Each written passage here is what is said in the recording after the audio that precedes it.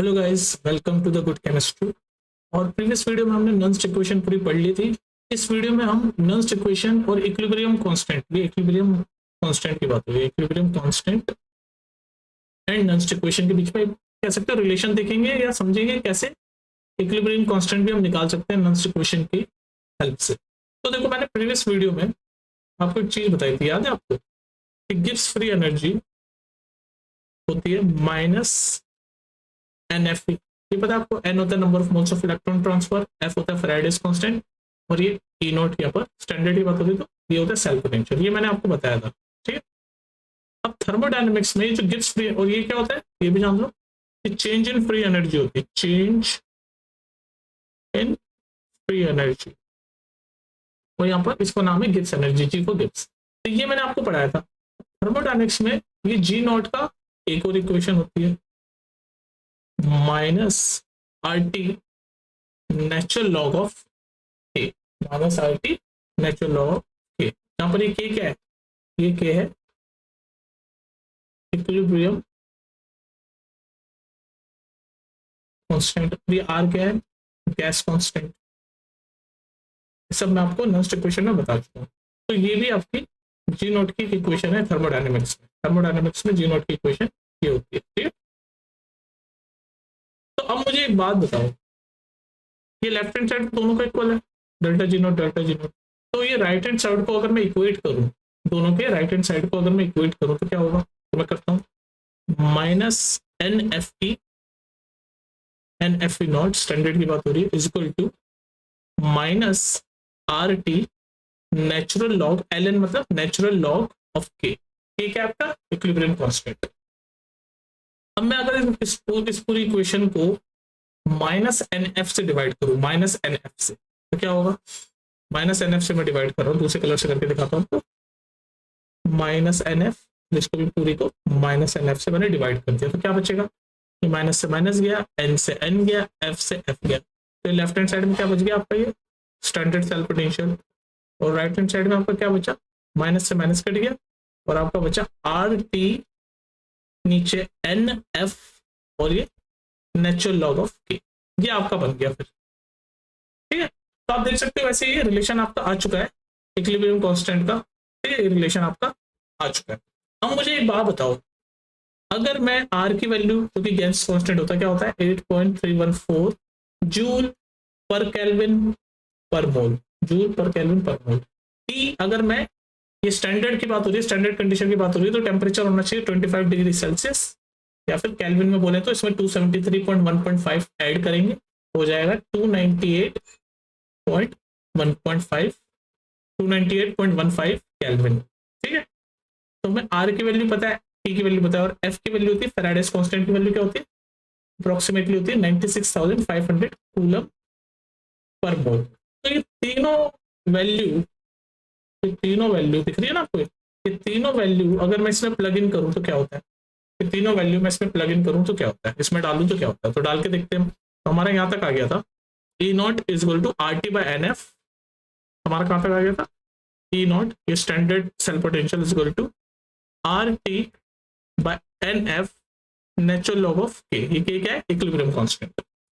अब मैं इसमें बस वैल्यू पुट कर रहा हूँ, तो आपका हो जाएगा E नॉट यानी कि standard cell potential is equal to R की जगह डाल रहा हूँ 8.314 जूल पर केल्विन पर मोल, T की जगह डाल रहा हूँ 298.15 केल्विन अपॉन में N as it is, F की फैराडेज कांस्टेंट की वैल्यू 96,500 कूलम पर मोल, और ये नेचुरल लॉग ऑफ K तो चल ही रहा है, नेचुरल लॉग ऑफ K तो चल ही रहा है।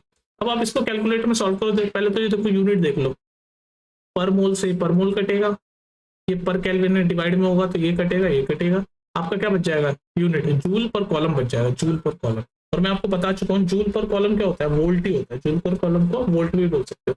इस चीज में इसलिए बता रहा हूँ कि जब आप न्यूमेरिकल सॉल्व करोगे तो यहाँ पर इन सब चीजों की आपको जरूरत पड़ेगी क्वेश्चन सॉल्व करने में। तो इस जूल पर कॉलम हो जाता है। अब इसको हम कूलम, तो इसको हम 8.314 इंटू 298.15 अपॉन 96,500 अगर इसको सॉल्व करोगे आप कैलकुलेटर में, तो आपकी वैल्यू आएगी E naught standard cell potential 0.02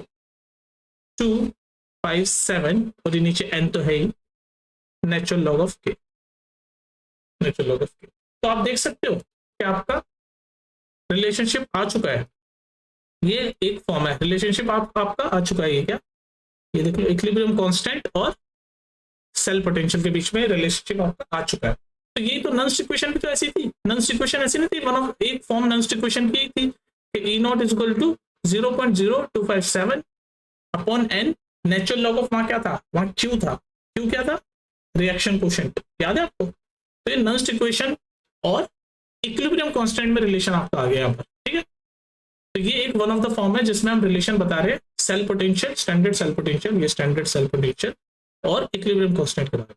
अब देखो ये, इसको मैं एक और फॉर्म में लिख सकता हूँ, ये जो 0.0257 है, इसको मैं अगर नेचुरल लॉग ऑफ 10 से मल्टीप्लाई करूँ, नेचुरल लॉग ऑफ 10 से मल्टीप्लाई करूँ तो आपकी वैल्यू आएगी, कैलकुलेट, आप साइंटिफिक कैलकुलेटर में करके देखना, 0.0592 और फिर ये नेचुरल लॉग से हमने मल्टीप्लाई कर दिया नेचुरल लॉग ऑफ 10 से, तो ये लॉग ऑफ बेस 10 में कन्वर्ट हो जाएगा। तो इसका एक और फॉर्म हम कैसे लिख सकते हैं, ई नॉट यानी कि standard cell potential equals to, ये मैंने आपको इसकी जगह ये लिख दूंगा क्योंकि अब लॉग में आ गया, तो 0.0592, नीचे n तो एज इट इज है, और अब लॉग में बात हो रही है लॉग ऑफ के मतलब इक्विलिब्रियम कांस्टेंट। तो ये एक और फॉर्म हो गई रिलेशन बिटवीन के यानी कि equilibrium constant and cell potential. तो ये क्वेश्चन के ऊपर डिपेंड हो सकता है कि मान लो आपको वैल्यू नेचुरल लॉग में दे रखी हो तो ये वाली इक्वेशन यूज कर सकते हो, लॉग में दे रखी हो तो ये यूज कर सकते हो।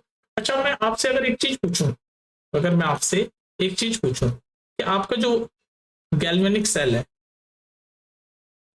ये क्वेश्चन पहले मैं दोबारा लिखता हूँ फिर पूछता हूँ क्वेश्चन, ये आपका आ गया ना रिलेशन बिटवीन इक्विलिब्रियम कांस्टेंट और स्टैंडर्ड सेल पोटेंशियल। मैं लिख लेता हूँ, ई नॉट यानी standard cell potential is equal to 0.0592 upon n log of K. ये आपकी इक्वेशन आ गई, इक्वेशन बोलो या फिर आप बोल सकते हो रिलेशन आ गया स्टैंडर्ड सेल पोटेंशियल और इक्विलिब्रियम कांस्टेंट में। ये क्या है,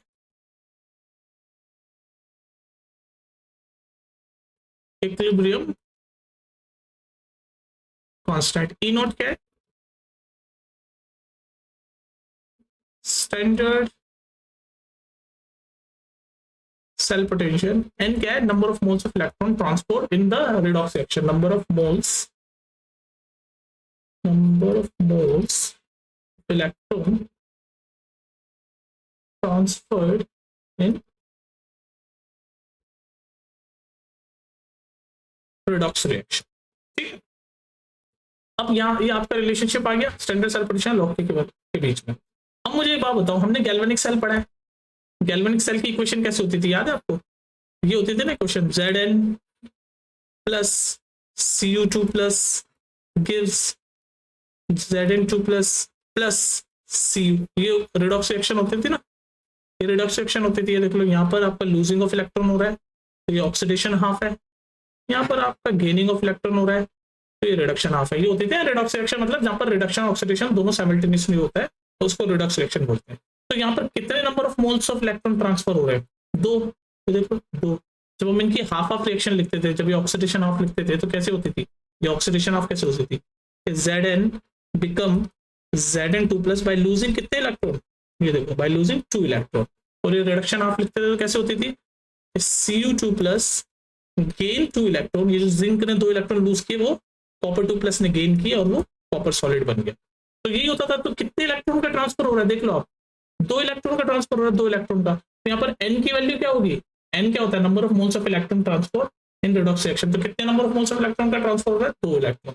तो अगर मैं गैल्वेनिक सेल के लिए आपको k की वैल्यू पूछूं, यानी इक्विलिब्रियम कांस्टेंट ये रहा ना, k की वैल्यू पूछूं मतलब इक्विलिब्रियम कांस्टेंट की पूछूं वैल्यू आपसे, किस केस में, गैल्वेनिक सेल के केस में, या फिर वोल्टेक सेल भी बोलते हैं उसको, कंफ्यूज मत करना, वोल्टेक सेल, डैनियल सेल, ठीक है। तो इन केस में अगर मैं आपको इक्विलिब्रियम कांस्टेंट की वैल्यू पूछूं तो ये आप ये इक्वेशन यूज करोगे और आप n की वैल्यू क्या डालोगे, n की वैल्यू 2 डालोगे, और जैसे ही आप n की वैल्यू 2 डालोगे इसमें तो आपको इक्विलिब्रियम कांस्टेंट की वैल्यू मिल जाएगी। और आपको ये भी पता है कि गैल्वेनिक सेल में स्टैंडर्ड सेल पोटेंशियल की वैल्यू क्या होती है, सब आपको याद होना चाहिए।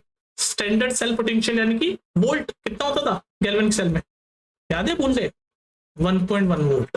तो अगर मैं आपसे galvanic cell, voltage cell, Daniell cell कुछ भी बोल लो, इस केस में अगर आपसे इक्विलिब्रियम कांस्टेंट यानी के की वैल्यू पूछूं, तो आप ये इक्वेशन यूज करके के की वैल्यू निकाल सकते हो ना। बस आपको एन की जगह, ये जो एन है इसकी जगह 2 डालना है, क्योंकि हमें पता है गैल्वेनिक सेल में 2 इलेक्ट्रॉन का ट्रांसफर हो रहा है, तो एन की जगह 2 डालोगे यहाँ पर।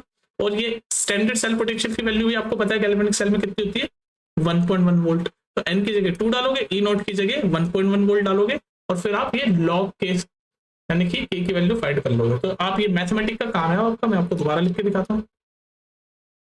Standard cell potential is equal to 0.0592 upon n log of K. ये आपका रिलेशन आ गया इक्विलिब्रियम कांस्टेंट और स्टैंडर्ड सेल पोटेंशियल में। तो मैं कह सकता हूँ in case of Daniell cell या फिर डैनियल गैल्वेनिक वोल्टेज कुछ भी, तो उसमें क्या होगा, ई नोट की वैल्यू होगी 1.1 वोल्ट इज इक्वल टू 0.0592, ठीक है। एन की वैल्यू होगी 2 और लॉग ऑफ के। अब आप लॉग ऑफ के, अब आप इस इक्वेशन को सॉल्व करके यहाँ से के की वैल्यू निकालो। तो अगर आप इसको सॉल्व करोगे लॉग के लिए, तो ये क्या होगा, 2 इंटू 1.1, 2 इंटू 1.1 और ये divided by 0.0592 equals to log K. यहाँ तक आ गया। अब इसको जब आप सॉल्व करोगे, ये पूरे को जब आप सॉल्व करोगे 2 इंटू 1.1, तो आपका आ जाएगा 2.2, नीचे 0.0592 इक्वल टू लॉग के। हमें क्या निकालना है, हमें तो के की वैल्यू निकालनी है ना। तो अभी यहाँ पर लॉग का कॉन्सेप्ट आ रहा है। अगर आपको लॉग का कॉन्सेप्ट समझ नहीं आता, लॉग, एंटी लॉग, ये सब कॉन्सेप्ट अगर आपको कंफ्यूजन है, तो आप मुझे बता देना, मैं इस पर भी एक अलग से वीडियो बना दूंगा। लेकिन अभी आप यहाँ हल्का समझ लो कि हमें के की वैल्यू निकालना है। तो हमें जब इसको पूरे को सॉल्व करेंगे ना कैलकुलेटर पे, तो वैल्यू को चाहिए 37.288 समथिंग, ठीक है। तो आपकी क्या वैल्यू आ गई, लॉग के इज इक्वल टू 37.288, लॉग के इक्वल्स टू 37.288। तो अब हमें के की वैल्यू चाहिए, तो आप क्या करोगे, ये लॉग को उधर भेज दोगे तो वो हो जाता है एंटी लॉग। तो हमें बेसिकली एंटी लॉग ऑफ ये करना है 37.288। अभी लॉग का कॉन्सेप्ट है, तो हो सकता है आपको कंफ्यूजन होगा। तो ए की वैल्यू आ जाएगी, ये ऐसा होता है, ये जो है ना, ये इसको तो 10 टू द पावर में लिख दोगे 37, और ये जो पॉइंट के बाद वाला है, डेसिमल के बाद वाला जो नंबर है, ये किसी ना किसी लॉग की वैल्यू होगी। तो ये अप्रोक्सीमेटली लॉग 2 की वैल्यू होती है 0.3 अप्रोक्सीमेटली। तो ये 0.3 के आसपास है ना, 0.288, तो 0.3 हम अप्रोक्सीमेट ले सकते हैं। तो लॉग 2 हो गई। तो वो जो डेसिमल के बाद वाला होता है वो लॉग 2 है, तो उसको मल्टीप्लाई कर देंगे। तो के की वैल्यू आ गई, ये के की वैल्यू आ गई आपकी 2 इंटू 10 टू द पावर 37। तो ये लॉग का कॉन्सेप्ट था बेसिकली। जो हमारा कॉन्सेप्ट था वो ये था कि हमने इक्विलिब्रियम कांस्टेंट की वैल्यू निकाल दी 2 इंटू 10 टू द पावर 37, ठीक है। तो ये था आपका कॉन्सेप्ट बिटवीन नर्स्ट इक्वेशन या फिर नर्स्ट इक्वेशन एंड ये रहा इक्विलिब्रियम कांस्टेंट, ठीक है। इसमें न्यूमेरिकल्स आते हैं आपके, और हम करेंगे प्रैक्टिस न्यूमेरिकल। एक देखेंगे अभी, चलो एक देखने की कोशिश करते हैं। चलिए गाइस, क्वेश्चन देखो, calculate the equilibrium constant for the reaction. ये रिएक्शन दे रखी है और हमें इसका सेल पोटेंशियल की वैल्यू दे रखी है, और हमसे क्या पूछ रहा है, हमसे पूछ रहा है इक्विलिब्रियम कांस्टेंट। तो अभी हमने रिलेशन देखा सेल पोटेंशियल और इक्विलिब्रियम कांस्टेंट का। क्या था रिलेशन, ऐसे था ना, ये cell potential is equal to 0.059 by n log K क्या है, ये इक्विलिब्रियम कांस्टेंट। तो ये हमारा रिएक्शन था, ये हमारा रिलेशन था सेल पोटेंशियल और इक्विलिब्रियम कांस्टेंट के बीच में। तो इस रिलेशन से हमें सॉल्व कर देंगे। बस हमें ये एन की वैल्यू पता होनी चाहिए। एन की वैल्यू क्या होता है, एन क्या होता है, number of moles of electron transfer. तो आप यहाँ देख रहे हो 2 इलेक्ट्रॉन ट्रांसफर हो रहे हैं, तो एन की वैल्यू हो गई 2। यहाँ तक बात समझ में आ रही है। और सेल पोटेंशियल की वैल्यू दे ही रखी है, गिवन है 0.04। तो बस वैल्यू पुट करो, सेल पोटेंशियल की वैल्यू 0.04 इज इक्वल टू 0.059, बस वैल्यू पुट कर रहा हूँ। N number of electrons transfer कितने हो रहे हैं इस रिएक्शन में, 2, एन की वैल्यू 2, और लॉग ऑफ के। तो हमें के की वैल्यू फाइंड करनी है, तो बस इसको सॉल्व कर दो। तो 2 उधर चल जाएगा, तो आपका मैं यहाँ सॉल्व कर रहा हूँ येलो कलर से। तो 2 इंटू 0.04 अपॉन में 0.059 is equal to log K. यहाँ तक आ गया आपका।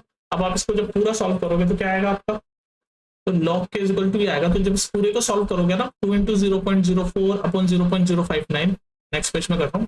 अब तो बस कैलकुलेशन का पार्ट है, लॉगरिथम का पार्ट है। तो जब इस पूरे को सॉल्व करोगे तो आपका आएगा 1.35, अप्रोक्सीमेटली 1.35 कुछ आएगा, equal to log of k।